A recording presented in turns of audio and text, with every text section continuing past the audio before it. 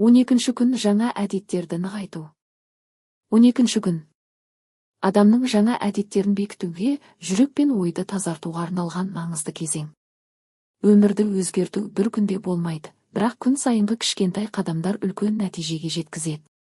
Бүгінгі күннің басты мәні алдыңғы күндерде үйренген жақсы әдеттерді тұрақты түрде қолдану және оларды нығайту. Негізгі ойлар. Бірінші, қайталама арқылы бекіту. Жаңа әдетті бір рет жасау жеткіліксіз. Ол жүрекке орнығу үшін күнделікті қайталау қажет. Таңғы дұғаны уақытында оқу, Құраннан азды көпті аяттарды оқу, отбасына жылы сөз айту, осы әрекеттерді күн сайын қайталау әдетке айналады. Екінші, өзін-өзі бақылау. Бүгін өз әрекетіңе, сөзіңе және ойыңа назар аудар. Теріс ойлар мен ренішті азайтып, жүректі таза ұстау маңызды.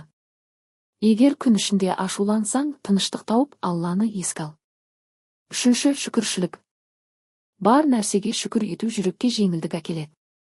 Отбасыңа, достарыңа, денсаулығыңа және Алланың берген нығметтеріне разы болу рухани байлыққа жетелейді. Төртінші, іс-әрекет арқылы бекіту. Жаңа әдет тек ойда қалмауы тиіс.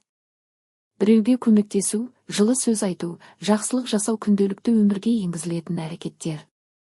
Әр кішкентай іс үлкен нәтиженің бастауы. Бесінші, сенім мен дұға. Бүгін өз ниетіңізді бекітіңіз. Я Алла, маған жаңа әдеттерімді нығайтуға, жүрегімді тазартуға және әр әрекетімді сауапқа айналдыруға күш бер. Сабырлы, шүкірлі болуға үйрет. Тапсырма. 12 күннің негізгі ойларын 5-6 сөйлеммен өз сөзіңізбен жазу. Бүгін үйренген жақсы әдеттің біреуін таңдап, оны күнделікті өмірге қалай қолданатыныңызды сипаттау. Қысқаша дұға жазу. Бүгінгі күннен алған тәжірибе үшін Аллаға шүкірлік айту. Үй тапсырмасы. Осы 12 күнде үйренген әдетті 3 күн бойы күнделікті қайталаңыз да нәтижесін жазып алыңыз. 12 күн адамның жаңа әдеттерді бекіту жолындағы маңызды кезең екенін көрсетеді. Бұл күнде адам өз іс-әрекетін, сөзін, ойын бақылап, Аллаға жақындайды. Қайталанған жақсы әдеттер тұрақты даму мен рухани өсудің негізі.